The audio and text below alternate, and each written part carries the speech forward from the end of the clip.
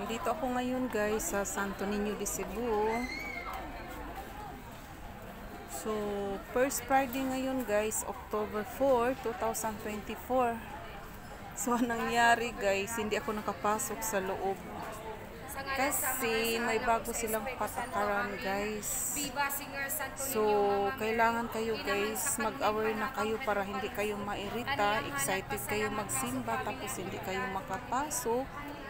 So, ganito guys, ang bawal sa kanila, may bago silang patakaran. Pati matanda guys, hindi nila pinapasok. Dapat sana guys yung yung kahit matanda papasokin nila. Yung sinuot yung iba, yung matanda nakita ko. Nakapida lang sila. Yan. Hindi sila pinapasok sa guard. Uwi naman talaga sila. Over naman yung nila, yung bawal. So, dapat yung bawal sana. Yung spaghetti at saka short. Bawal talaga yan sa loob ng simbahan. So, ngayon guys, hindi ako nakapasok. First Friday pa naman. So, every Friday naman ako magsimba. Tapos sabi ng guard, pauwiin muna ako para magbihis ng proper attire. Tapos balik na naman daw ako. So, bakit naman ako uwi? Tapos balik. Ang init naman ng panahon. So, ang ginawa ko na lang guys, sa labas na lang ako nag-attend ng mass. Pinintay ko na lang yung mass mag-start 12:30. So, matapos siya 1:30. So, ang ginawa ko na lang guys, nag-ano na lang ako dyan sa tawag dyan, yung Magellan Cross. So, nag-ano na lang ako yung tawag dito, nanagkot ba? Nanagkot na lang ko habang naghintay sa mass.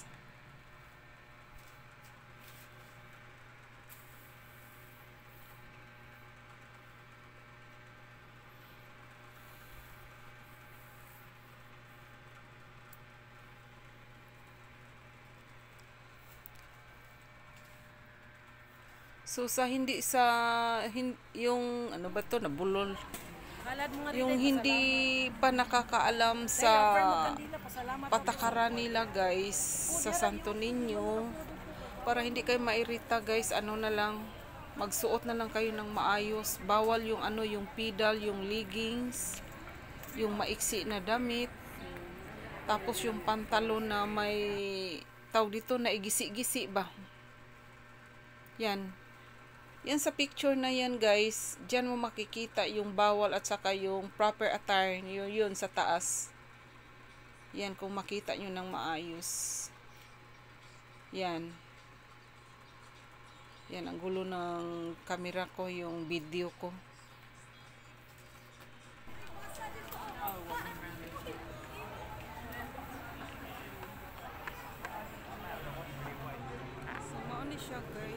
Ayan, yung sa baba yung bawal guys. Yung sa taas yung dapat nyo isuot.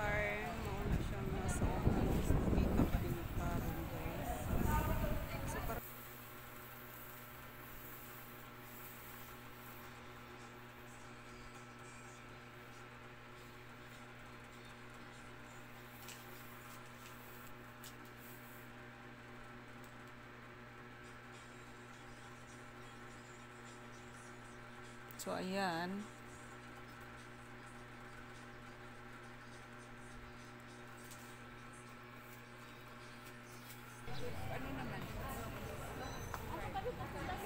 So, pumasok na lang dyan ako guys sa tawag dyan, yung Magellan Cross.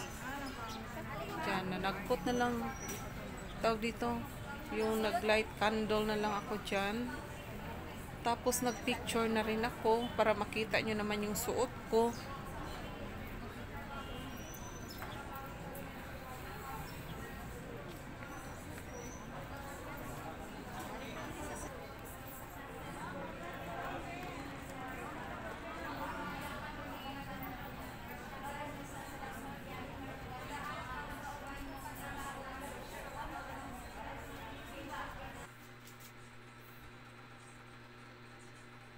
So, yan ang suot ko ngayon guys.